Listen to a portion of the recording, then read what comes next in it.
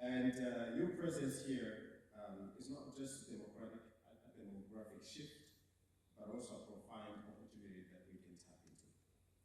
Your confidence in navigating the digital world, your creativity, and your instinct for connection can be a powerful tool to strengthen the digital resilience of older generations. In this contrast, vulnerability on one side, opportunity on the other, reminds us why intergenerational dialogue is not simply a programmatic idea. It is a human bridge. It is a way of saying we do not leave each other behind. You remind us that safety, dignity, and agency must never diminish with age. Let us commit together to foster respectful, meaningful, and sustainable intergenerational cooperation. Let us build bridges that are stronger than the threats we face today, and communities that remain safe, informed, and united. And if we succeed, we will not only reduce online scam and online harm, we will strengthen the social fabric that keeps us all safe, both online and offline. And thank you for today's opportunity, and I wish you all a fruitful deliberation. Thank you very much.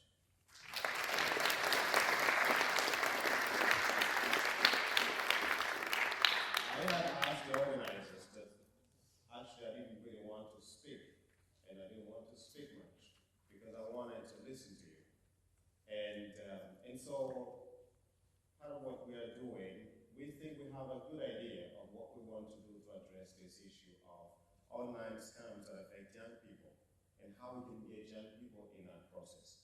But we do not believe that we have all the answers or that we are the experts in every one of those actions that we are proposing. So we prepared a small survey to help us understand how we can do this. So perhaps the easy way is to scan the QR code and try to respond to those questions. If I have a couple of minutes, or is my time over? Or? We can do 5 minutes.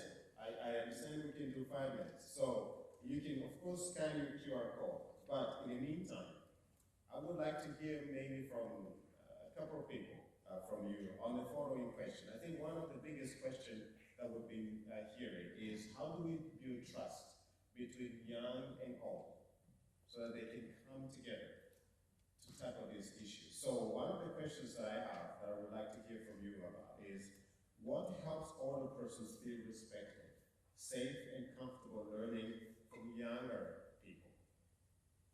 What would be the incentive for young people to come in and engage with older people on educational projects related to online scam? For example, that's one question. And the second one is how can we overcome skepticism about youth-led guidance on online safety? So maybe I just put these two questions there for the 5 minutes that I have and see what I get from you. And quite often I hear, what is the incentive for me to engage? So I have a little present here for those of you who want to engage in this question. I'm wearing what I think is a very nice STGP, and I have 4 in here. So the first 4 interveners are going to get an STGP from me. That's a little incentive for your engagement. So let's see. I see a gentleman there at the back. The way in which we can help older people not get scammed is maybe by letting them listen to us more. We know the technical aspects of the internet. We know how the internet works. I don't think that any of the young people. We also lift up the vision of D2D, the diaspora to dialogue, which shows us that progress begins when people truly listen to one another. By creating spaces for open, respectful, and meaningful dialogue across cultures and generations, D2D strengthens our community and deepens our contributions to this society. At the heart of this event in YCF, which empowers the youth to lead today, not tomorrow, YCF encourages youth to collaborate with senior leaders, embrace diversity, and design solutions aligned with the SDGs. This intergenerational and inclusive approach is what gives YCF its power. Today's program on AI, on peace building, digital responsibility, human rights, and co-creation shows what becomes possible when youth, mentors, and partners work together. So I encourage all of you to participate fully, collaborate openly, and let today ignite new ideas and meaningful connections as your presence affirms your readiness to lead, to learn, to build a future that is inclusive, sustainable, and rooted in dialogue. So I would like to welcome everyone to YCF 2.0 and thank you for being part of this growing movement of change makers, building intergenerational innovation lab. Together, let's create the impact. Thank you.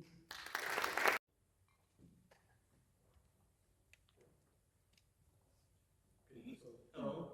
Today I'm going to share the student perspective on artificial intelligence in Europe because it is important to also get our point of view as students in relation to this topic. Okay, so we grew up in a digital world, so AI feels like the next natural step in technology for us. Many people fear AI because of movies and science fiction, but we need to focus on reality instead of fear. For our generation, AI is not just a threat, it is a tool that can help us grow, learn, and create. The main question, however, is how can we use AI responsibly and ethically in our education and future careers?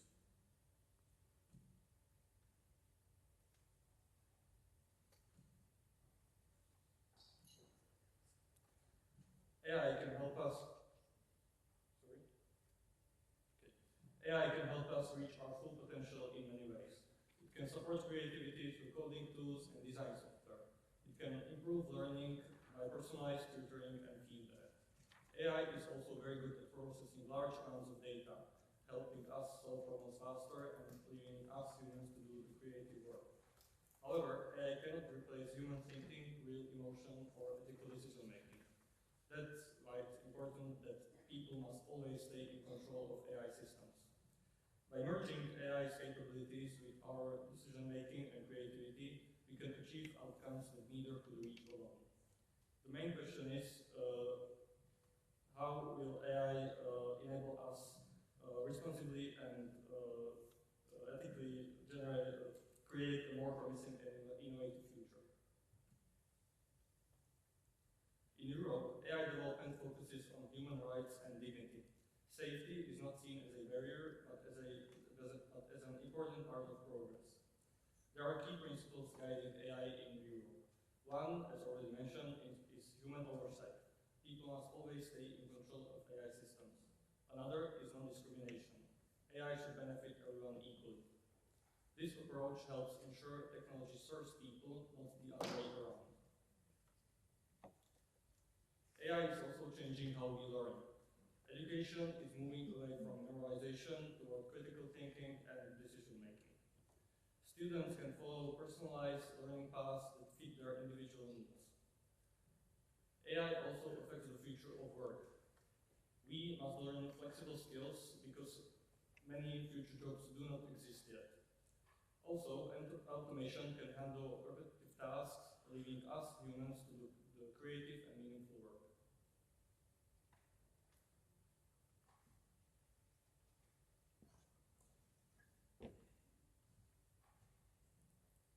Thank you, Jacob.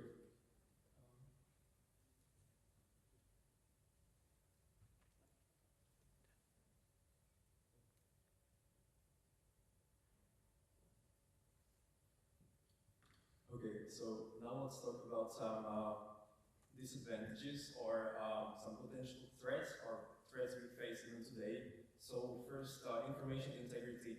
AI is and will be used to create disinformation, fake videos, and it is happening right now when I'm talking about even big politicians spreading this disinformation, and we need to make some laws to prevent it. So for example, every AI image should be labeled as made by an AI. And another big problem is that we use AI too much. We use it as prime source of information, but AI can also make mistakes, and it will provide it to you as truth. So there should be always some fact checking afterwards, and we should only use it to summarize, for example, large texts, or for example, create some new ideas, but not as prime source of information. Another big problem is mental health. AI is very appealing for people who don't have anyone to talk to. I'm sure you're all familiar with the case of a young person who committed suicide due to a romantical relationship with AI. These people, as I said, don't have anyone to talk to, and AI is very appealing to them. It is always there, never rude, always respond like you want, and it is very hard not to fall into it. And power dynamics, we should not. Sorry. Yeah, we should prevent one company from owning the market, but I'm sure that won't happen.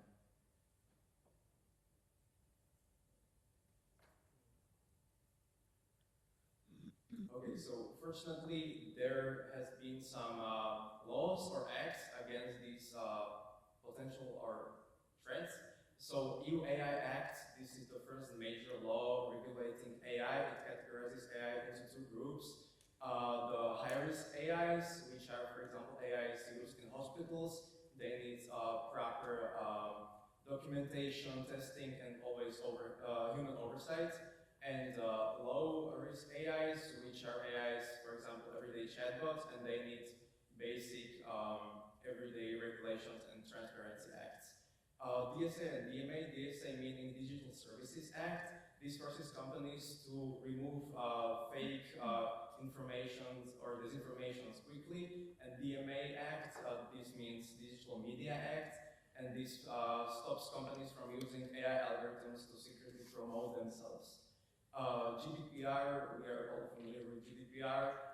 It protects our identity, and digital literacy, we need to educate ourselves and others about this topic, and we as humans should always be accountable and responsible for AI actions.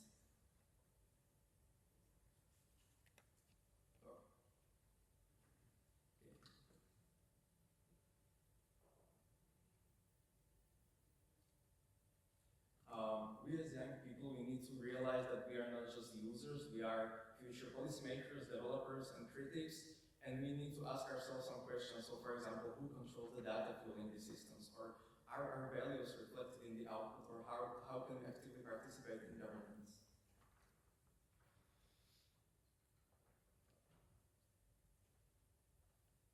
And some conclusions. So AI is of course a very powerful tool, but also a very dangerous tool. And we need to master technology, uphold technical standards, and shape a future where AI empowers every citizen and not harm them. So, thank you for your attention.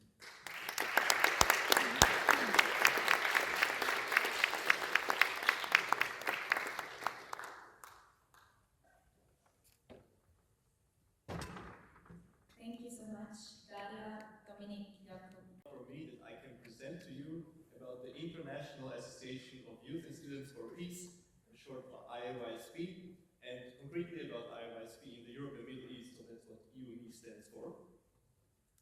And, okay, I also start with this? Yeah.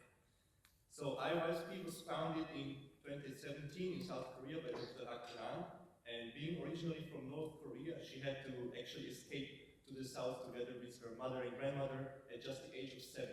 And during the time, she could experience firsthand the horrors of the Korean War. And then later, like, together with her late husband, Sam Young-moon, they dedicated their lives to really peace building.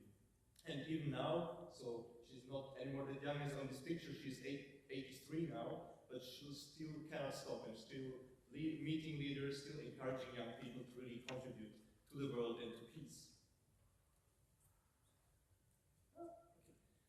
So IYSP is spread across many countries in Europe and Middle East, but also globally. So as we today especially also collaborate with the Filipino organization, IYSP is also present and strong in the Philippines, and maybe there are also on Zoom some of representatives, and I also hope that Slovakia will be added on the map soon, during this year maybe. And yeah, one more important milestone for IYSP was receiving the special consultative status at the Economic and Social Council of the United Nations in 2022.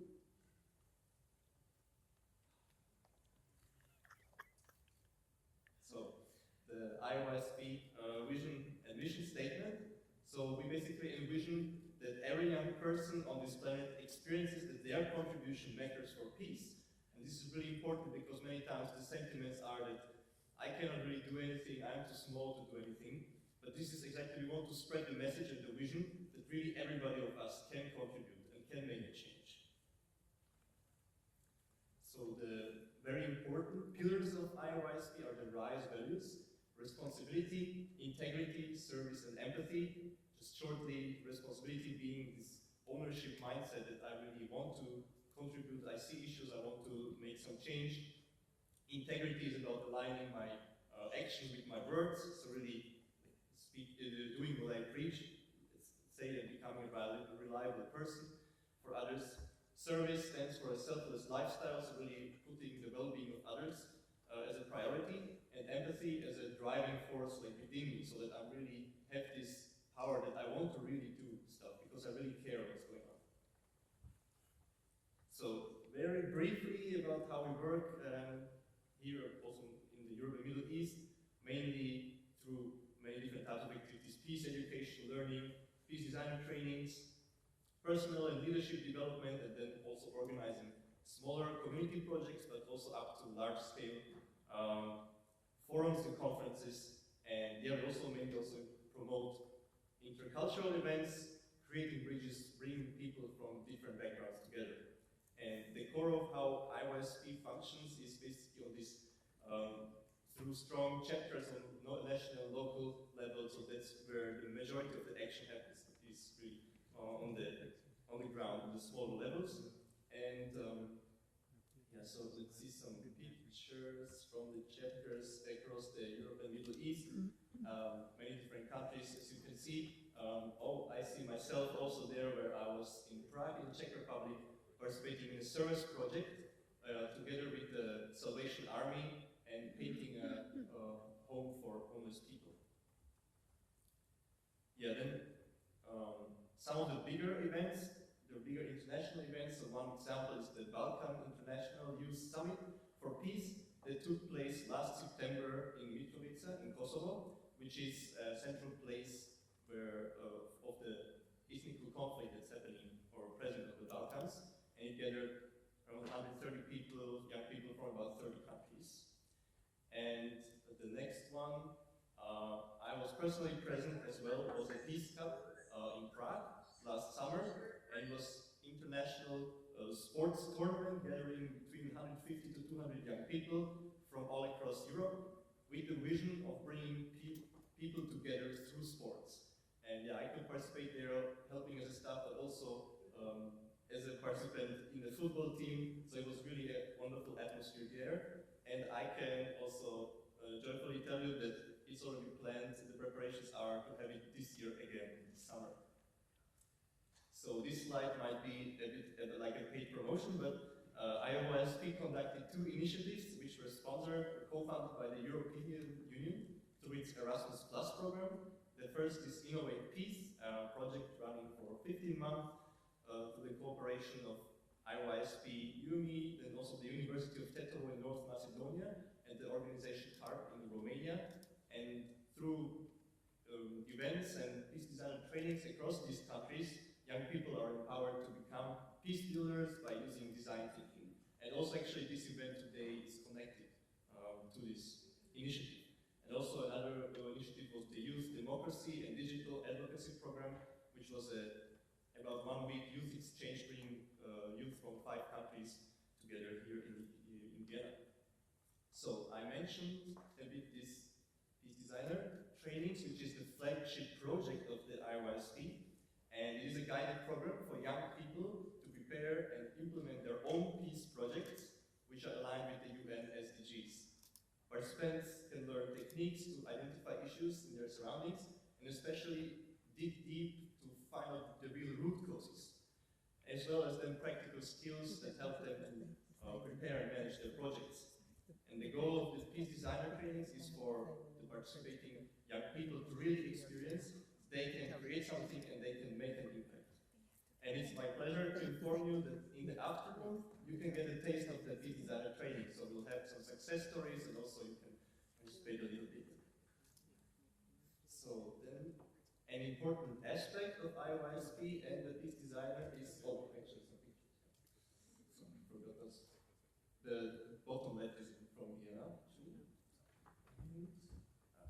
So, yeah, important aspect is our peace perspective.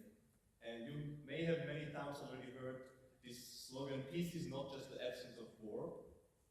So as IOISP, we want to bring in a broader understanding of what peace is, identifying 3 levels: the individual, the social, and the environmental. So first, peace really starts with me as an individual. We cannot really dream of a peaceful world if we are not peaceful within ourselves, right?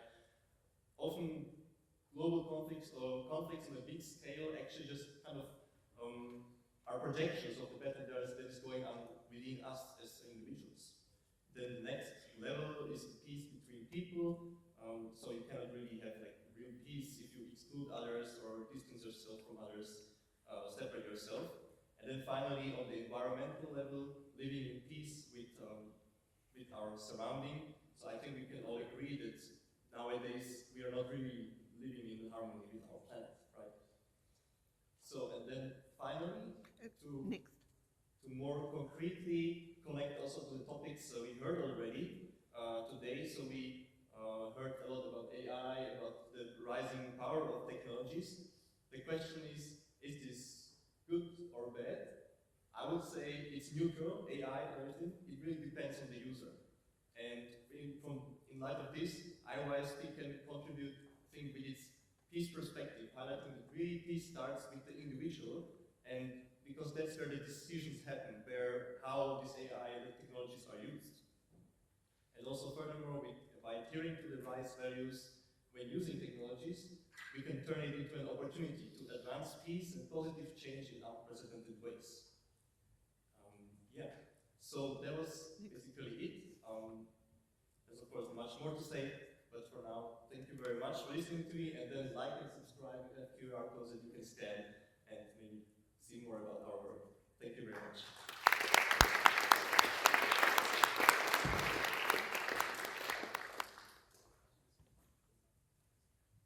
Thank you so much, Lawrence. So for the next speakers, if you have a presentation, the clicker is out of battery. So whenever you need the next slide, just tell our supporters on the... Do you have a new battery? No. Yeah, you tell our supporters on the left that they should put on the next slide. Our next speaker is Linda Tignot-Le Touarin, the Deputy Chief of the Inclusion Rights and Intercultural Dialogue section in the Social and Human Sciences sector at UNESCO Center for Media Skills. She will speak on lessons from the UNESCO Masterclass series against racism and discriminations. A warm welcome, Mrs. Tignot.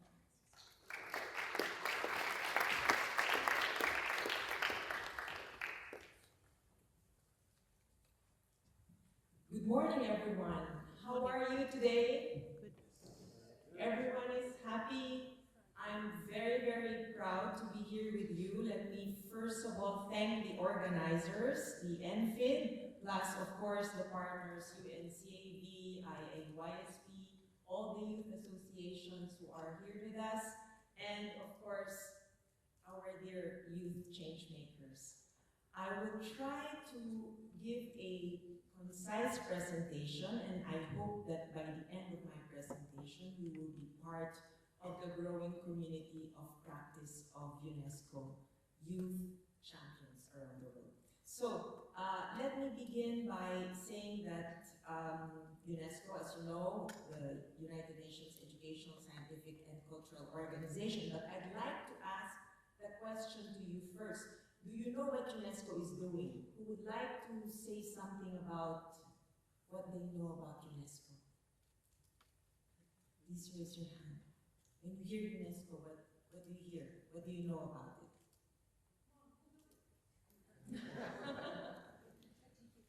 World Heritage Sites, maybe? You hear about that, intangible cultural heritage, education, literacy. But did you know that UNESCO also works on the fight against racism? Maybe not for everyone, but since the inception of UNESCO after World War II, UNESCO has already worked to fight the idea of pseudosciences of the biological race. So it was UNESCO that paved the way for a scientific committee to prove that race, biological races, is a social construct. So today, I will try to share with you what we have been doing over the years to empower and embolden young people like you to become anti-racism champions. I'm glad that someone in the presentation mentioned the Sustainable Development Goals, but did you know that President Lula of the government of Brazil put forward a suggestion to add SDG 18. And SDG 18, they said, would be for racial equality. So that's an aspiration that we think could also be which is worth an advocacy for. So first, I would like to share with you what UNESCO has been doing, starting from the lockdown during COVID, Black Lives Matter. There was an increase of the efforts to fight against racism and discrimination. Should I ask you to advance the slide? Yes. Next slide, please. Yes. No, first. There. So, well, just before COVID, there was already an adoption of a resolution from the member states of UNESCO to strengthen the efforts against racism and discrimination. And then, of course, there was a global call against racism. And this is following, as I said, Black Lives Matter and COVID. So from then, we have stepped up our efforts to come and not only involve governments, but also young people. So this was the statement of our former Director General at the time that this global call against racism was adopted by the member states. Next slide, please.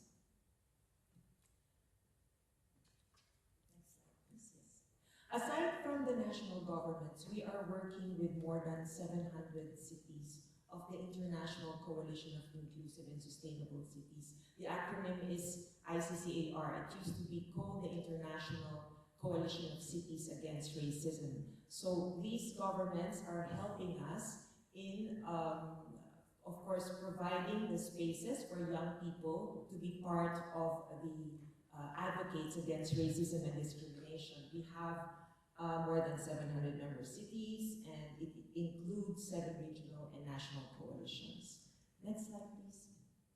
So, in November 2019, we established what we call the Masterclass Series Against Racism and Discrimination. So we think that to fight racism around the world, it is not enough that we depend only on policymakers. We have to work not only with, of course, academia, with research institutions, with civil society, and of course, with youth as change makers.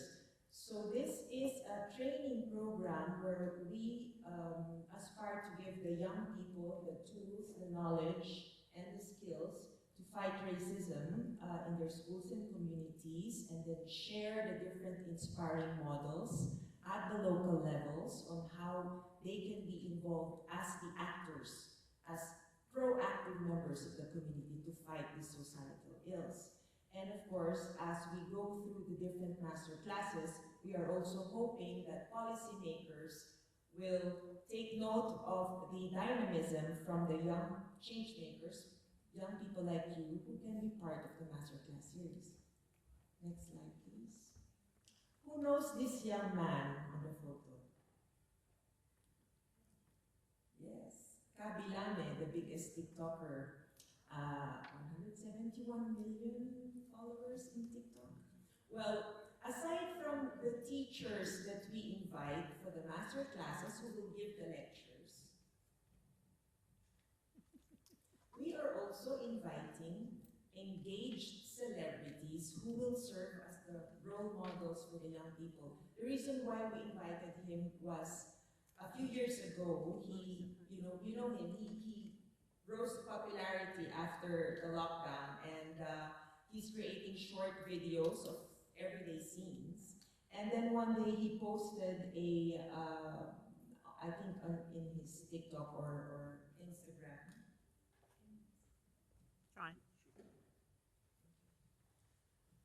He said, "Say no to racism," and he lost millions of followers after that. But then he said, "I do not care if I lose some millions. I will not take out my post. It's the message that counts." So we thought he's a perfect example of what a role model would be. So he came to UNESCO and gave a testimonial of his own life, his personal journey, and it was a very powerful presentation and sharing with the young people. So here are the different aspirations of the masterclass. So I'm very glad that we were talking about AI also, because this is one of the biggest topics in our masterclasses. We have the workshops also on algorithmic racism, for example, where young people are engaged. We also look at intergenerational dialogue. And of course, as young people fighting ordinary discrimination, everyday racism is a major ingredient in these master classes. So, aside from the global editions that we have organized at the UNESCO headquarters, we have partnered with many cities, associations around the world since 2019 to organize, co-create, co-design these master classes. The list ends in 2022, but it goes on. We have more than 30 now. And the next global edition of the master class will be held at the UNESCO headquarters on April 1st.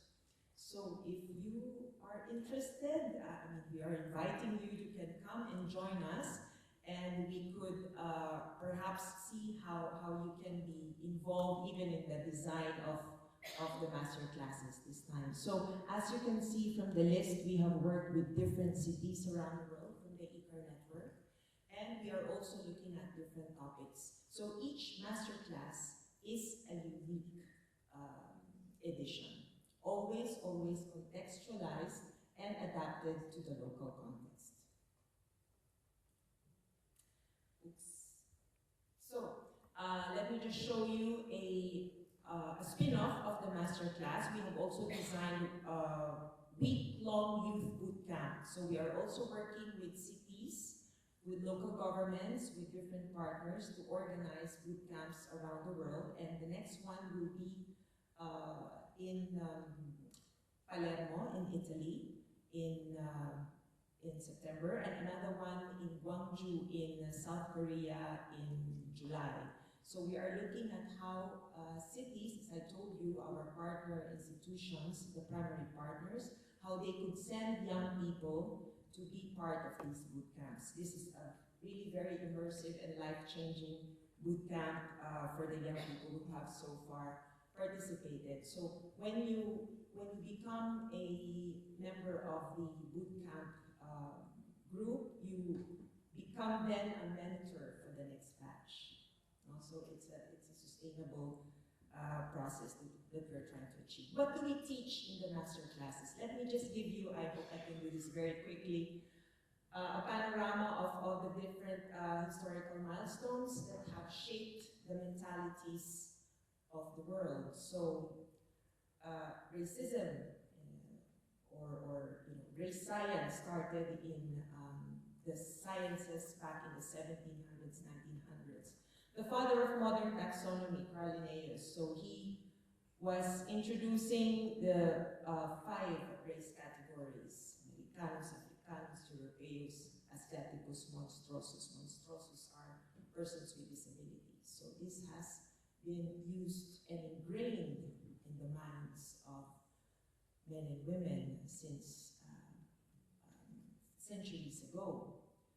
Another scientist, quote unquote, Samuel Morton, who said that intelligence is measured by the size of the brain, and he said that the white man's brain is the biggest.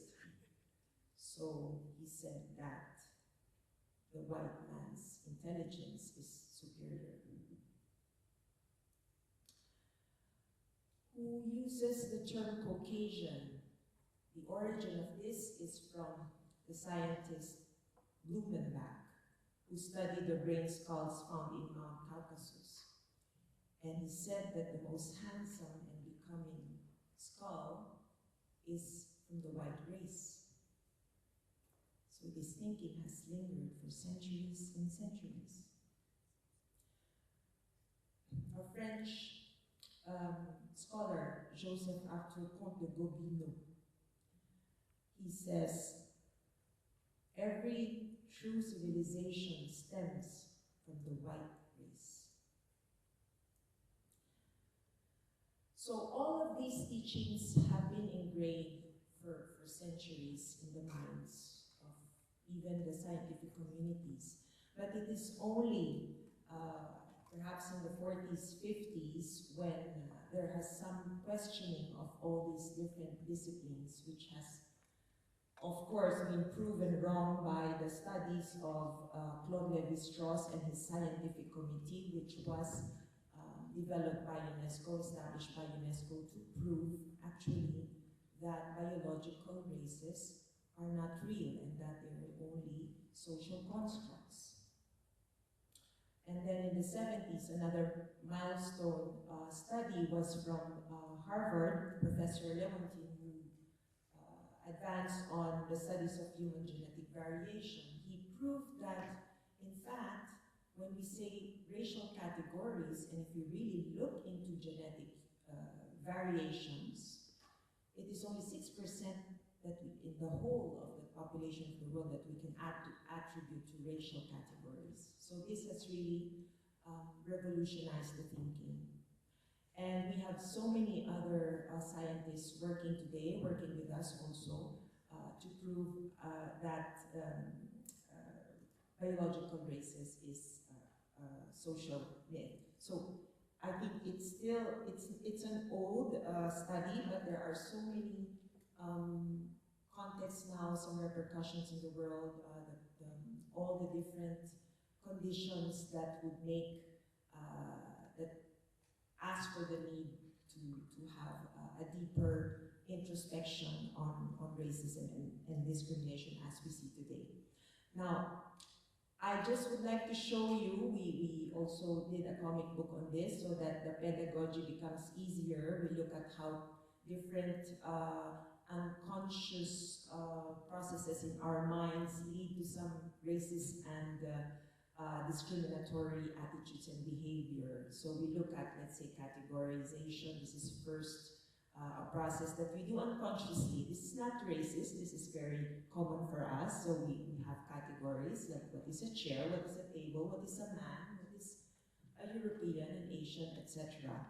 And then when we start to hierarchize all these different categories, then it borders towards different attitudes that we may call racist.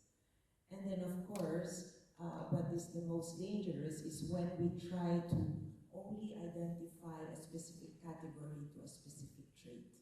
And that's the underpinnings of what we see in the very complex human mind. I will not go into the deep examination of those categories, but I just would like to also show you that UNESCO in 1978, based on these scientific studies, have adopted this Declaration on Race and Racial Prejudice. So you can see that, you can Google that. And we think that it is high time to revisit this declaration. As I said, we need to adjust to the new realities of the world. And of course, as I said, it is a standing invitation to all of you. You can talk to me later if you're interested in participating in the next global edition of the master classes. But it also means that we can organize local master classes in your cities. But before I end, I would like to ask one of you to please read this very relevant quotation aloud. Can I have a volunteer who will read this aloud, please? Yes, please.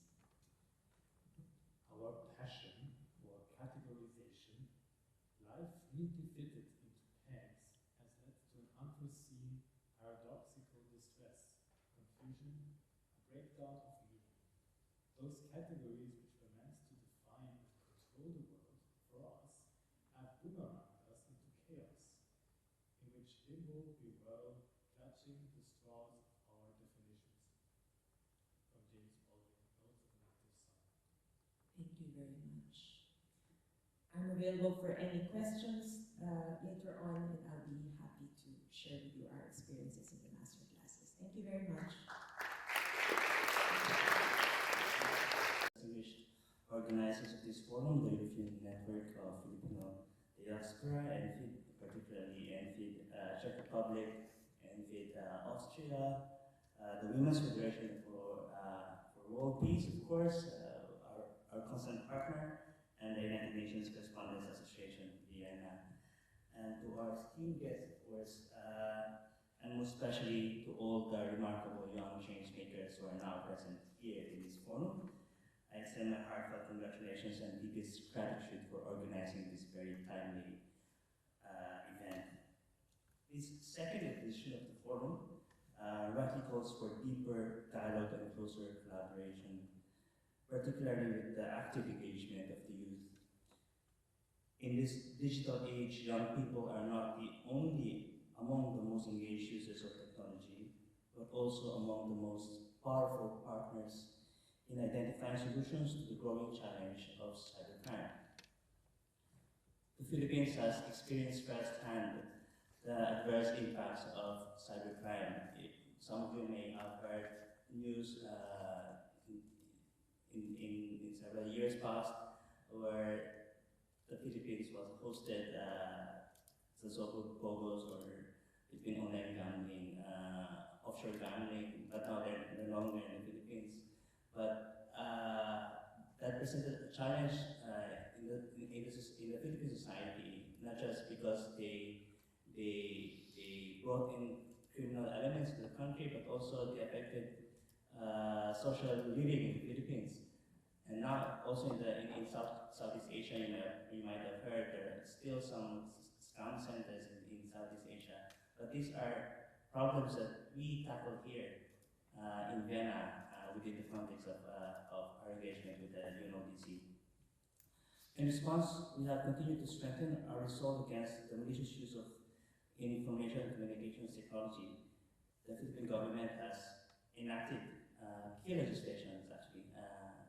Among them, the Access Devices Regulation Act, the Electronic Commerce Act, and the Cybercrime Prevention Act. These are just a few of the laws that we have enacted, and complementing these laws, our executive branch has established specific offices, specialized offices within agencies such as the Department of Justice, we have a Department of Information and Communication Technology, Philippine National Police. A law was enacted also to create the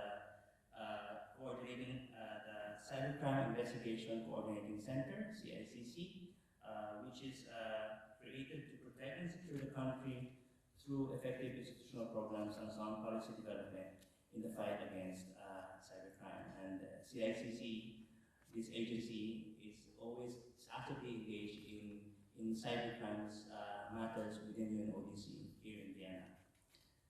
Given the transnational nature of cybercrime, effective solutions must necessarily cross borders. This reality prompted the Philippines to join 66 other like-minded countries in crafting and ratifying in 2018 the Budapest Convention on Cybercrime. And more recently, the Philippines was also signed the recently adopted Cybercrime Convention. The Philippines also launched the guidelines on cybercrime investigation and prosecution to establish a uniform process for handling cybercrime cases, strengthen digital forensic capabilities, and maximize avenues for international cooperation in evidence sharing just last August. And as I mentioned earlier, you all know about the first and landmark cybercrime convention, which was adopted in Hanoi, Vietnam in October 2025. So we hope that more countries will sign the cybercrime convention and it will be in force in due time. All these initiatives reflect the Philippines' firm commitment to addressing rapidly evolving cyber threats. Our stance in combating cybercrime is anchored in our role as a consensus builder and a pathfinder, advocating solutions that benefit even the smallest and least resource states, while upholding safeguards that strike a careful balance between effective law enforcement, the protection of human rights, and privacy. Yet, addressing cybercrime requires more than strong solutions and international cooperation. It also demands empowered communities and meaningful intergenerational engagement. By bringing together experienced leaders and young innovators in dialogue, such as we have in this forum today, we enhance our collective capacity to build safer and more resilient digital spaces. Finally, allow me to express my full support and commendation to the organizers of this forum for creating this vital platform for intergenerational dialogue and engagement, exchange and collaboration. I look forward to the ways in which we can continue to work together, exchange ideas, maximize the benefits of digital technology, while ensuring protection for all against the threats of cyberspace. So I wish everyone a very good forum and a successful outcome. Thank you. Dankeschön.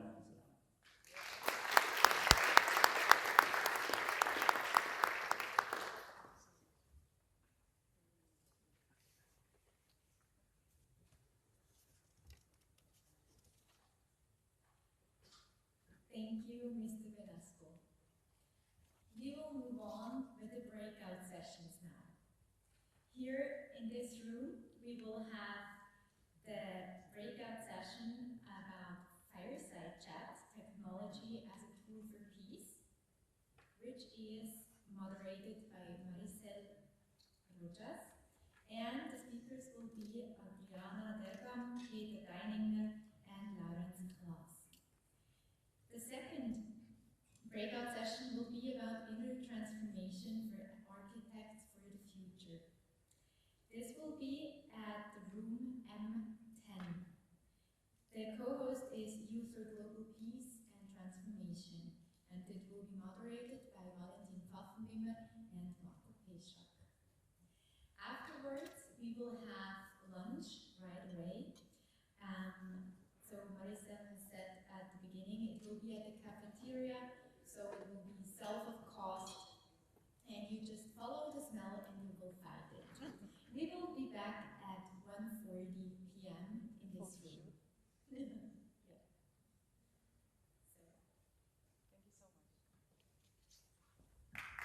Thank you, Steve. Thank you to all our speakers. You have heard a lot of inspiring things, which not only opens ideas for call for actions, but also for connection. You have heard the offer from UNESCO, and you'll be hearing some too in your breakout session. At this stage, I would like to kick out from this room the group of Marco and is it Valentin? And we have to train our minds, we have to train our human abilities, and this includes everything. This includes our emotions, our way how we feel about things, and how we feel about other people. And the more we have to train it. Actually, I had some time really getting afraid that people are going to use AI instead of training themselves to become actually the most amazing things in this world. It's not the apes or any animals, it's us as human beings. And we can train ourselves, and the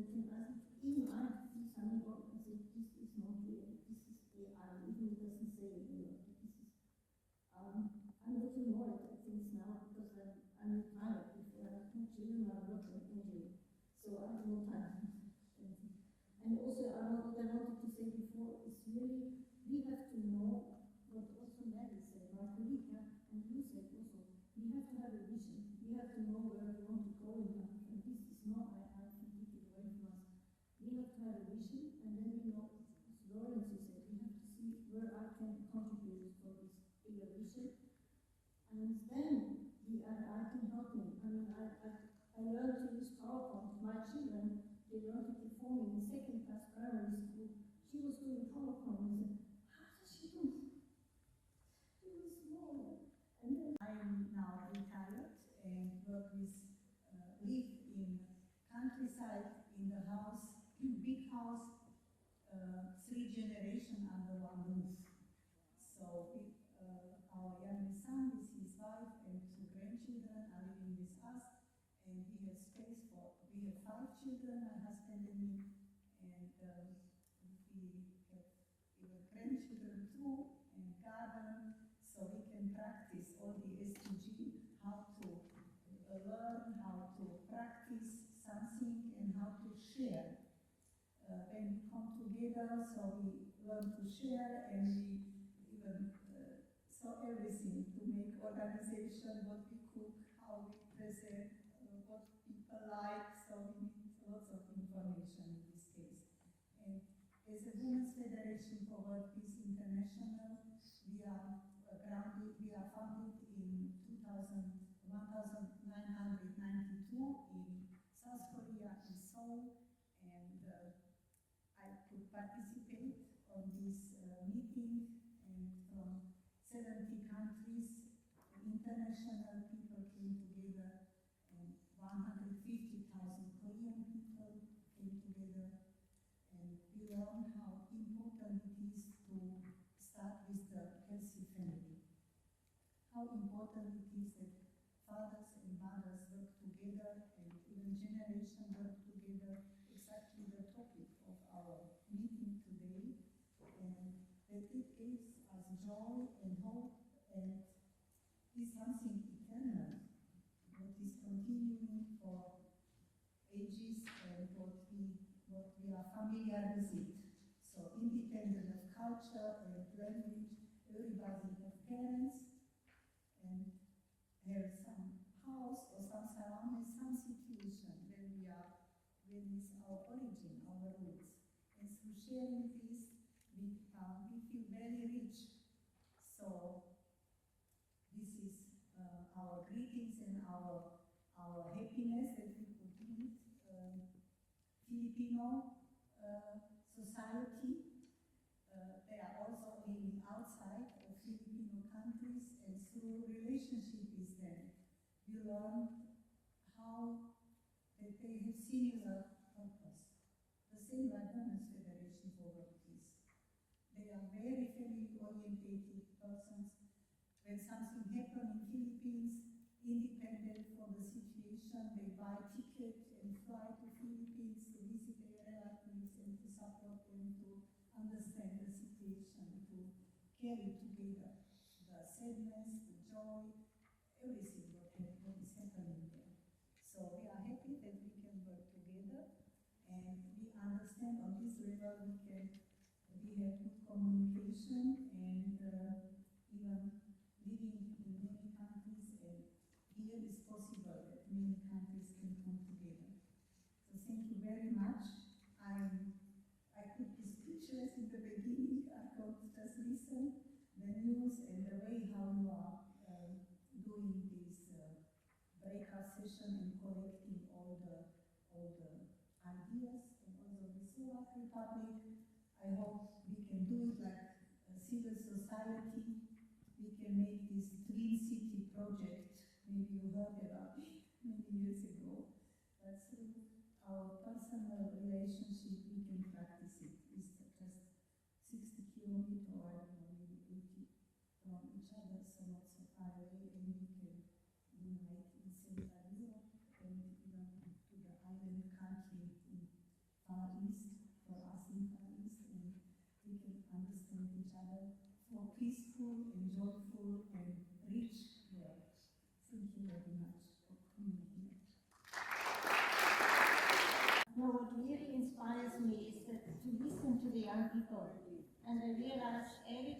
to take to have them talk, express what's on their mind and their hearts, it's so inspiring. And I just want to help to give these chances, not only once a year, but maybe even any chances that occurs, any opportunity occurs.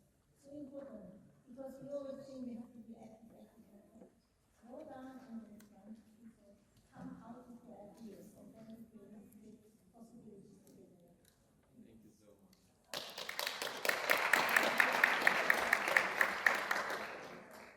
Andy. So for me, it's more of having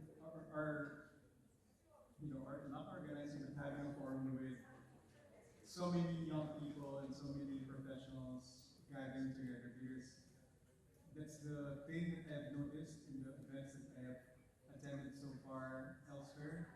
People are talking about AI, people are talking about technology, and most of them are talking about regulation, but then I don't see young people attending those events or giving their feedback or suggestions.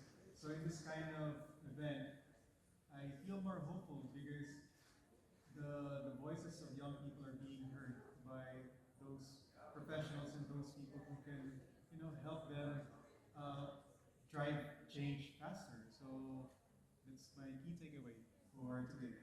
Thank you. Think further, go the next step, and think about applying this also in Slovakia. So it's amazing how fast we can actually create cooperations here. And yeah, I just want to take with me to keep the spirit high and search for cooperations.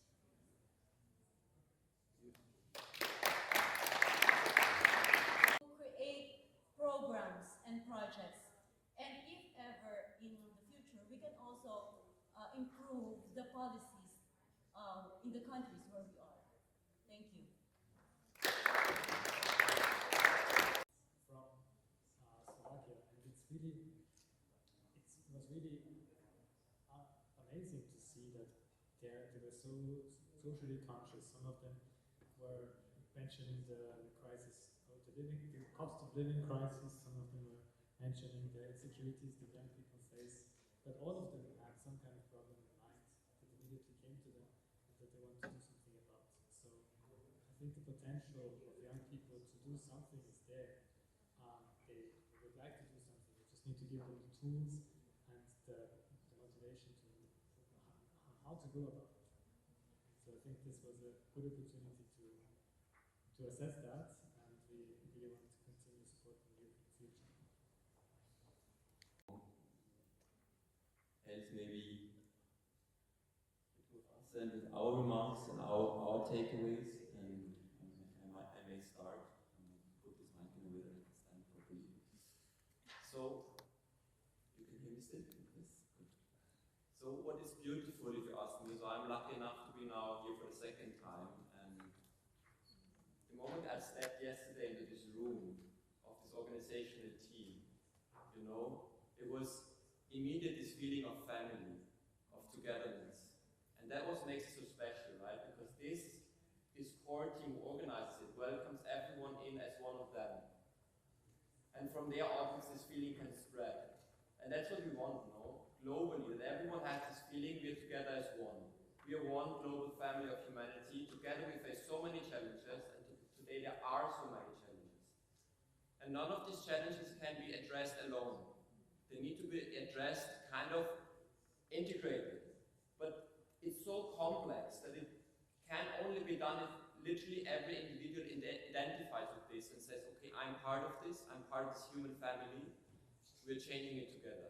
And I feel this is a good start, right? Just creating a space where people can experience this, exchange, connect, whatever quality you might embody, bring it here. Right? And do something positive with it. So thank you so much, and I guess this is also the best way to then actually create systemic change. It starts with this feeling, and out of this feeling actions, people coming together. And slowly, people from different fields and expertises and levels of society come together and then actually create this change. So that's from my side, thank you so much, and I guess for the last words, we're done from our side. Thank you so much. See you next year. Hong Kong, Hungary, Iran, Italy, Jordan, Lithuania, Maldives, Pakistan, Philippines, Poland, Romania, Russia, Slovakia, Spain, Switzerland, Turkey, United Kingdom. Did I miss any country? Australia, Venezuela, Lebanon, Venezuela, Egypt, Chile. It could be the country of origin or the country where you visited, no, not the visited part, the country that you affiliate with. So today.